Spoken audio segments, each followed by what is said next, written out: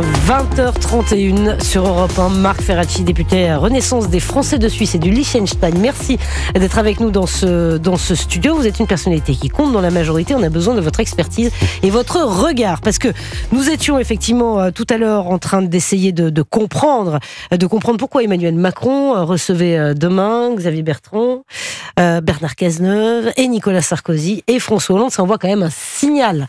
Est-ce que vous pouvez expliquer aux auditeurs d'Europe 1, est-ce que vous pouvez nous décrypter ce signal d'abord, si vous avez bien une idée? Alors déjà, je vais vous démentir sur un point, je ne fais plus partie de la majorité. Pour une raison assez simple, c'est que nous avons perdu les élections. Oui, d'accord. Et c'est oui, c'est vrai. Et c'est le point de départ. Non, mais c'est le point de départ et ça va me permettre.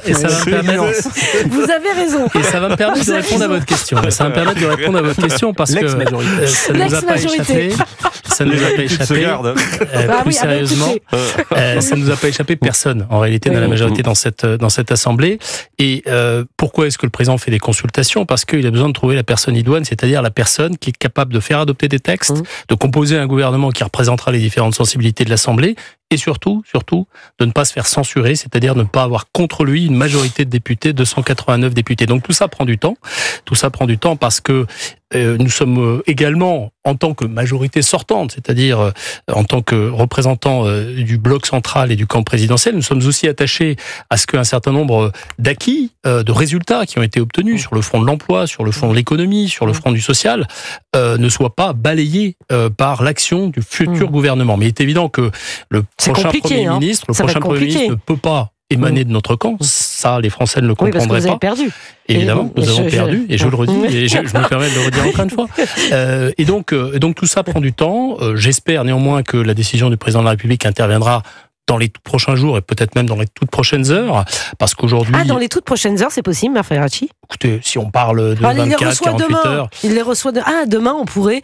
Non, mais attendez... Écoutez, je n'ai aucune information... Vous savez que les Français attendent, des auditeurs d'Europe 1 aussi, ils attendent, enfin, on est tous dans l'attente de la nomination d'un Premier ministre. Les parlementaires attendent également, puisque nous avons besoin de savoir à quel moment nous allons reprendre nos travaux. Normalement, nous reprenons nos travaux tout début octobre, mais s'il y a un gouvernement qui est nommé, il aura peut-être envie de décider de ce qu'on appelle une session extraordinaire. Et vous savez que nous avons surtout des sujets très lourds. Nous avons un budget ça, le budget, c'est important, on en parlait tout à l'heure avec Christophe Jacubizzi. Nous avons besoin de répondre à des problèmes très concrets. Le logement, il y a une loi qui est en préparation. Qu'est-ce qu'on en fait? La santé, les déserts médicaux, qu'est-ce qu'on fait contre ces problèmes-là? Donc il faut un Premier ministre rapidement et un gouvernement en ordre de marche. Tout à fait. Bernard Cazeneuve ou Xavier Bertrand, qu'est-ce que vous en pensez, vous? Peut-être ni l'un ni l'autre, vous savez. Peut-être ni l'un ni l'autre. Mais et vous, si vous étiez à la place d'Emmanuel Macron? Non, alors je ne vais pas me mettre à la place du président de la République. Non, mais lequel aurait le meilleur profil? Il y a des moments où j'aimerais être à la place du président. Là, c'est pas forcément un moment où j'aimerais être à la place du président. Vous ne mouillez pas trop. Non, mais très sincèrement, pour répondre très sérieusement à votre question, Bernard Cazeneuve, le premier dont vous m'avez parlé, est quelqu'un qui a des qualités, qui a de l'expérience, qui est issu de la gauche. Et c'est important d'incarner un changement, parce qu'encore une fois, les Français ont envie d'incarner ce changement. C'est aussi quelqu'un qui, en tant que ministre de l'Intérieur, a eu des actions et aussi des paroles dans le domaine régalien sur la question de l'universalisme républicain, dont je pense qu'ils peuvent aussi parler à une sensibilité de droite. Xavier Bertrand a lui aussi des qualités, c'est un homme de droite, mais qui a une fibre sociale qui peut-être parler à la gauche. Je ne sais pas si l'un l'autre seront Premier ministre, peut-être que ce sera quelqu'un d'autre, mais en tout état de cause, ce qui est certain, c'est qu'on a besoin de quelqu'un qui n'arrive pas avec une feuille de route et un programme à prendre ou à laisser. Parce que ça ne marchera pas. Il faut être très clair. Si le Premier ministre ou la Première ministre qui est nommée arrive en disant, comme la candidate du Nouveau Front Populaire l'a fait, c'est tout mon programme, et si vous ne voulez pas de notre programme, eh bien, on censurera quiconque sera nommé à ma place. Ça ne peut pas marcher dans une assemblée qui est segmentée, qui est divisée. Donc il faut faire des compromis. Nous avons commencé à le faire, nous autres députés Ensemble pour la République, qui est le nouveau nom du groupe Renaissance. Moi-même, je suis vice-président du groupe parlementaire à l'Assemblée.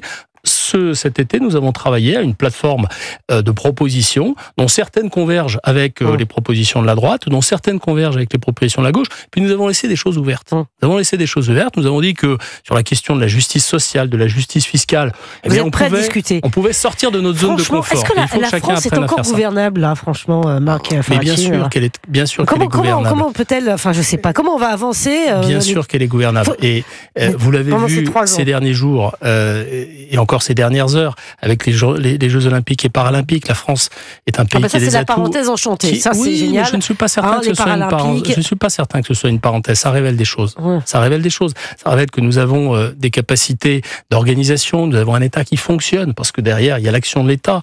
Nous avons des entreprises qui sont en soutien. Nous avons énormément de Français qui veulent participer à l'action publique et qui veulent s'engager. Donc, moi, je suis optimiste. Et pour répondre à votre question, est-ce que la France est gouvernable? Moi, vous savez, vous l'avez dit, je suis représentant des Français qui vivent en Suisse. La Suisse, c'est un pays dans lequel il n'y a jamais de majorité absolue, dans lequel l'esprit du compromis mène à chaque fois à construire des coalitions. Eh bien, moi, je m'inspire aussi de cet exemple-là pour dire qu'on peut y arriver. Il est évident qu'on n'a pas forcément cette culture-là. On a la culture du fait majoritaire, d'un exécutif très fort, mais c'est aussi une manière de sortir de notre zone de confort que d'essayer de faire nos meilleurs efforts. Et nous les faisons. Nous, le Bloc central, nous les faisons pour proposer une voie de passage, un gouvernement de coalition, je l'espère. Un gouvernement de coalition, et vous pensez donc que le Premier ministre devra désigner assez rapidement maintenant? Oui, ce que vous nous disiez d'ici 48 heures, 24 heures. Écoutez, j'espère qu'en milieu de semaine, on a la rentrée scolaire. Moi-même, je suis père de famille et donc je suis très très conscient de cela. Donc j'espère qu'effectivement dans les tout prochaines heures, tout prochains jours, en tout cas dans le courant de la semaine, donc on ça aura se un Premier joue. ministre. Allez, on se dit les choses entre Bernard Cazeneuve et Xavier Bertrand. Oh, non, je ne pareillerai pas.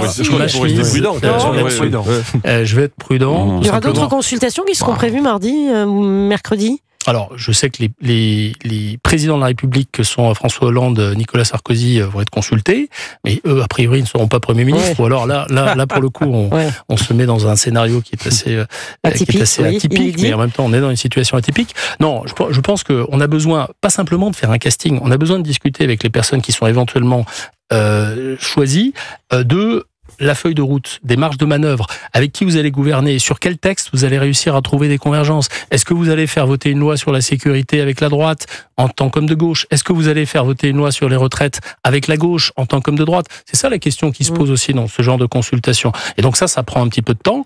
Est-ce que le président de la République souhaite consulter d'autres personnes? Ça, c'est sa liberté. À la fin, c'est la Constitution qui lui donne cette prérogative, et je pense qu'il va la mettre en œuvre encore une fois, dans les tout prochains jours. Dans les tout prochains jours. Donc ça y est, on commencerait à avoir la fumée blanche, comme on dit. Oui, Paul Menard. Une question, parce que finalement, là où je vous rejoins, c'est que c'est pas qu'une question de personne. Finalement, c'est une question d'axiome idéologique. Mais alors, quelle doit être la ligne, l'axiome idéologique de ce futur gouvernement? Est-ce qu'il doit plutôt pencher à droite ou est-ce qu'il doit plutôt pencher à gauche? En d'autres termes, est-ce que ce que nous dit Lucie Castet, ce que nous dit le Front Populaire, c'est-à-dire les Français ont envie de gauche, est-ce que ça c'est vrai? Ou alors est-ce qu'il faut croire Nicolas Sarkozy qui dit la France a jamais été aussi à droite?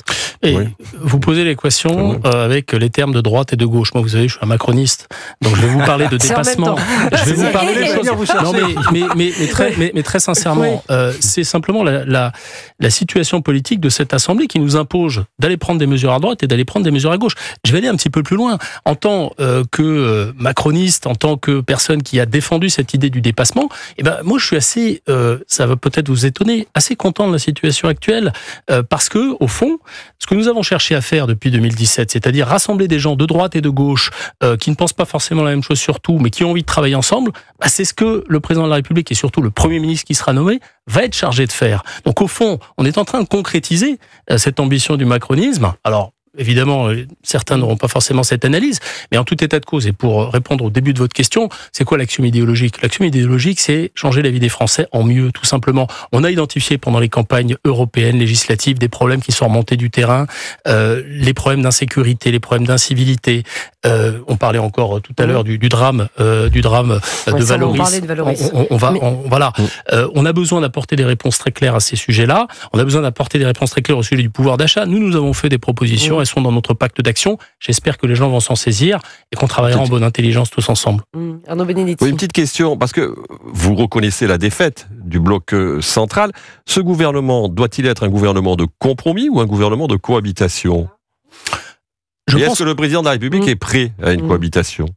Écoutez, je pense que le président de la République est prêt à avoir un Premier ministre qui ne partage pas ses convictions, qui ne vient pas de son camp politique et avec lequel il n'a pas forcément d'atome crochu. Si ça définit un Premier ministre de cohabitation, je pense qu'il y est prêt.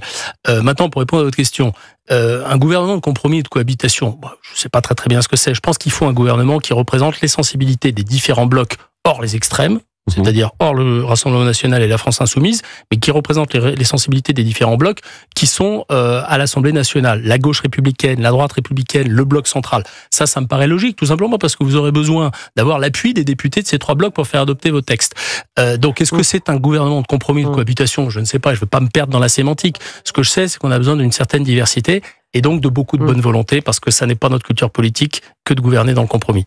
Marc Ferracci, je voudrais aussi qu'on revienne un instant sur ce qui s'est passé aujourd'hui, ce drame de Valoris, puisque le papa de la petite Camilla a pris la parole tout à l'heure. Il y avait un rassemblement devant la résidence où habite la famille pour annoncer que Camilla, 7 ans, donc, était morte après ce drame, ce chauffard donc, qui a renversé cette petite fille. Et puis ce chauffard aussi qui a été remis en liberté. J'insiste sur cette question parce que les habitants étaient très émus, le père très en colère de ça. Parfois on a du mal à comprendre pourquoi ce chauffard de 19 ans a été remis en liberté. C'est le juge des libertés qui a pris cette décision. Il était mis en examen et d'ailleurs ça va être qualifié, mais contre l'avis du parquet et du juge d'instruction. Vous comprenez que les Français parfois ont du mal à comprendre le fonctionnement de la justice ou le tempo de la justice. Bon, d'abord je comprends l'émotion, la colère, le chagrin du père, de la famille, de tous les proches de cette petite fille, parce que c'est un drame absolu qui s'est noué à Valoris. Moi-même, je suis père de famille et je mesure bien cette colère et cette émotion. Sur la décision qui a été prise, d'abord, il y a une mise en examen. J'espère que l'enquête va aller vite et que la culpabilité, au terme d'une instruction, sera soit établie. Il y a quand même des chances qu'elle le soit compte tenu de ce qu'on sait des faits, et ensuite que la justice, si la culpabilité est établie, soit intraitable et soit d'une fermeté exemplaire. Sur la décision que vous évoquez, c'est-à-dire la décision de ne pas mettre en détention le mis en examen, mais de le placer sous contrôle judiciaire. Moi, je ne vais pas, en tant que parlementaire, commenter cette décision parce que c'est une décision individuelle de justice. Et non, mais je ne demande pas de commenter la décision, il en est hors de question. Et donc, ça, on est bien d'accord. Est-ce que vous comprenez l'émoi que ça suscite ? Néanmoins, je comprends cet émoi, et je pense, j'entendais juste avant sur votre plateau, Georges Fenech s'exprimer sur le sujet, avec beaucoup de pédagogie. Il a expliqué le fonctionnement de la justice. Il a expliqué que cette décision, elle avait été prise au terme d'un débat contradictoire entre le procureur et l'avocat du mis en examen. Et sur quels arguments cette décision a été prise, je ne sais pas, je ne connais pas le détail du dossier, mais c'est ça qu'il faut essayer d'expliquer aux Français. Ça n'est pas arbitraire, y compris cette décision de contrôle judiciaire plutôt que de détention provisoire, ça n'est pas une décision arbitraire. Moi, j'ai confiance en la justice et je sais qu'il y a beaucoup de garde-fous dans cette justice. Et je pense que ce qui a été expliqué sur cette décision manifeste l'existence de ces garde-fous. Merci beaucoup, Marc Ferracci, d'être venu dans le studio d'Europe 1 ce soir. Donc, écoutez, vous nous dites ça va arriver, le Premier ministre. Allez, vous avez dit quelques heures, vous avez dit 24 heures. Non, mais on note 24-48 heures. Merci beaucoup en tout cas. Merci d'avoir été là.